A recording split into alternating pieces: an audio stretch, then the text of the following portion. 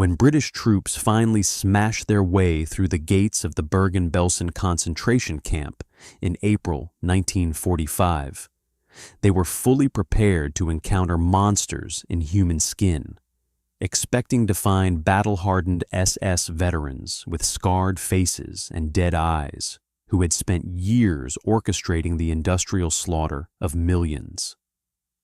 But instead, as the soldiers navigated through a literal, apocalyptic landscape of unburied bodies and walking skeletons, they found themselves staring at a 21-year-old girl who looked like she belonged on the cover of a Berlin fashion magazine rather than reigning over an extermination camp. Her name was Irma Grese, and to the thousands of starving, desperate women who lived entirely at her mercy, she was never just a guard, but a living nightmare known simply as the beautiful beast. A young woman whose pale blonde hair and striking blue eyes completely masked a level of unrestrained, sadistic violence that actually managed to shock even the most hardened, blood-soaked commanders of the Nazi regime. To truly understand how a farm girl transforms into one of the most prolific female war criminals of the 20th century, you have to look at the absolute absurdity of her beginnings, because Irma did not come from a family of aristocratic military masterminds or political fanatics. She was born in 1923 to an impoverished agricultural family in a deeply fractured Germany, a girl who dropped out of school at 15 with almost no education, zero prospects, and a wildly ironic childhood dream of becoming a nurse to help sick people. After her mother tragically drank poison upon discovering her husband's affair,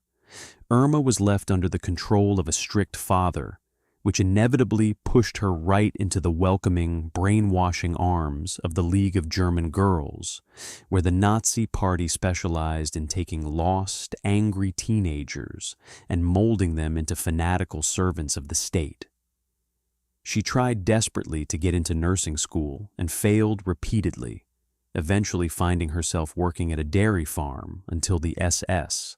desperately needing female staff to manage the rapidly expanding camp system, offered her a job that came with a crisp uniform, a steady paycheck, and a terrifying amount of authority.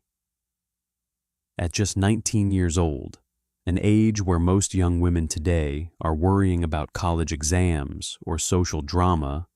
Irma Grese walked through the gates of the Ravensbrück concentration camp to begin her training as an Aufseherin,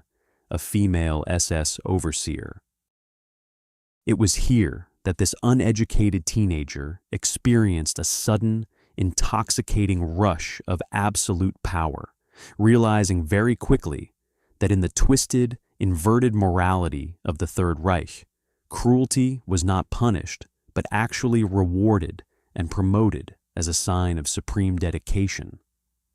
She learned the terrible mechanics of camp management from veteran guards, absorbing the lesson that showing even a single ounce of empathy was a fatal weakness, and she proved to be such an incredibly fast learner in the art of human degradation that by 1943, she was transferred to the epicenter of the Holocaust itself, the sprawling, hellish complex of Auschwitz-Birkenau. Once she arrived at Auschwitz, the sheer scale of the horror seemed to awaken something truly demonic inside her, and she quickly rose through the ranks to become a senior SS supervisor, making her the second highest ranking woman in the entire camp and giving her absolute life or death control over roughly 30,000 female prisoners. Irma was utterly obsessed with her own image, using the looted cosmetics and perfumes of murdered Jewish women to ensure she always smelled of expensive floral scents, creating a nauseating, surreal contrast as she strutted through the muddy, disease-ridden compound, smelling like a high society gala, while wearing heavy leather jackboots and carrying her signature weapon. She wasn't content with standard issue equipment, So she had the camp inmates custom craft a heavy whip, intricately woven with thick cellophane and studded with wire, which she would use absolutely indiscriminately, lashing out at the faces and chests of starving women for the slightest perceived infraction, or simply because she felt bored on a Tuesday afternoon. The psychology of what happens when you give an insecure, uneducated nobody the power of a god is terrifyingly demonstrated through Irma's daily routines, as she turned the suffering of others into her own personal theater of entertainment. Survivors later testified that she would frequently unleash her half-starved, aggressively trained attack dogs onto defenseless prisoners, watching with a cold, detached amusement as the animals tore into human flesh while she calmly stood by, perfectly manicured and completely unbothered. She was notorious for taking a sick, perverse pleasure in the selection process, standing alongside infamous figures like Dr. Joseph Mengele to decide who would go to the forced labor details and who would be sent immediately to the gas chambers, often deliberately choosing the most beautiful women in the camp out of pure, venomous jealousy. There were persistent, dark rumors echoing through the barracks that her sadism was fueled by her own twisted sexual psychology, with survivors noting that she seemed to derive physical arousal from beating prisoners, all while carrying on heavily whispered affairs with Mengele himself and the brutal camp commandant, Josef Kramer, treating the greatest crime scene in human history like her own private twisted playground. By the time the Soviet army began closing in on Auschwitz in early 1945, forcing the SS to desperately evacuate the camp, Irma was transferred to Bergen-Belsen, a place that was rapidly disintegrating into a chaotic, disease-ridden graveyard due to massive overcrowding and the total collapse of the German supply lines. Even as the Third Reich was actively crumbling around her and the sound of Allied artillery echoed in the distance, Irma refused to drop the act, continuing to parade around the camp with her whip and a silver-plated pistol, severely beating women who were already dying of typhus and starvation just to maintain her pathetic illusion of control. She completely lacked the basic self-awareness to realize that the game was over, so deeply brainwashed and intoxicated by her own perceived superiority that when the British finally rolled their tanks into the camp and ordered the SS guards to surrender, she didn't try to strip off her uniform and run like so many of her male counterparts did.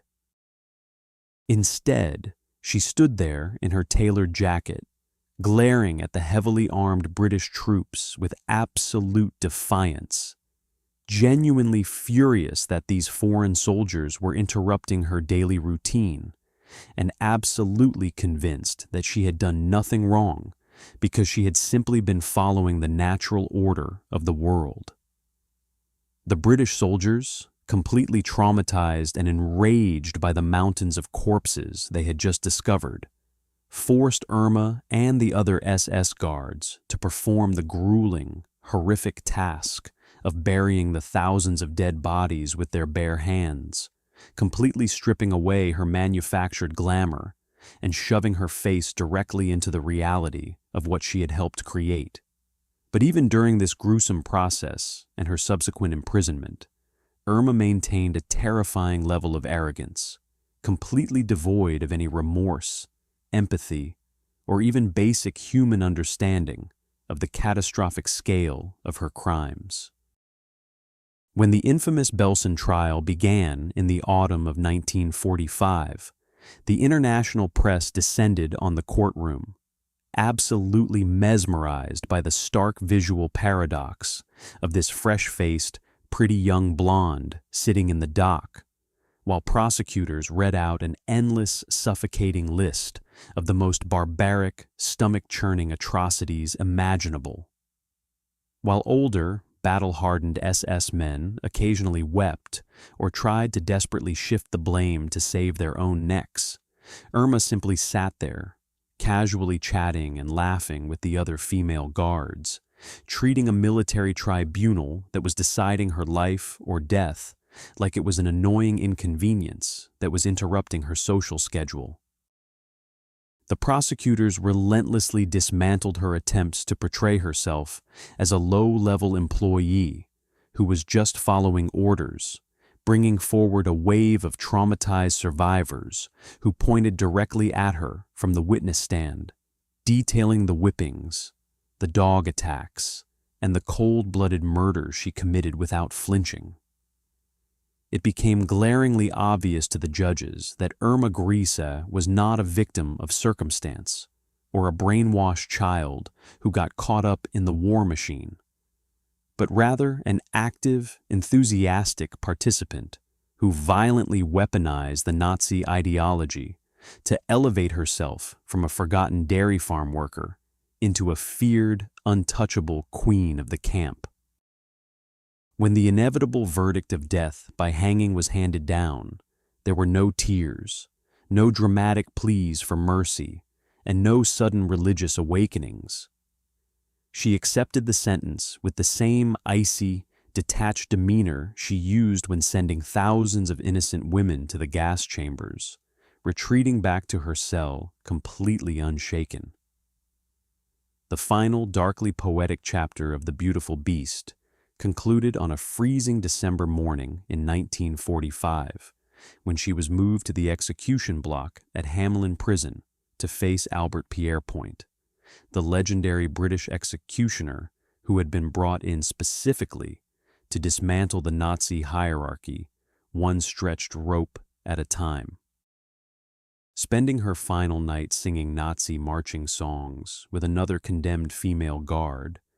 Irma stepped up to the gallows at precisely 9:34 a.m., looking at the executioner without a single trace of fear. And as they placed the white hood over her head and adjusted the noose around her neck, her final word on this earth was an impatient, irritated Schnell, commanding the hangman to do it quickly. She was 22 years old when the trapdoor opened, making her the youngest woman to be executed under British jurisdiction in the entire 20th century. A farm girl who traded her humanity for a fleeting moment of absolute power, ultimately dying for a 1,000-year Reich that collapsed into ash and ruin before she even had the chance to grow up.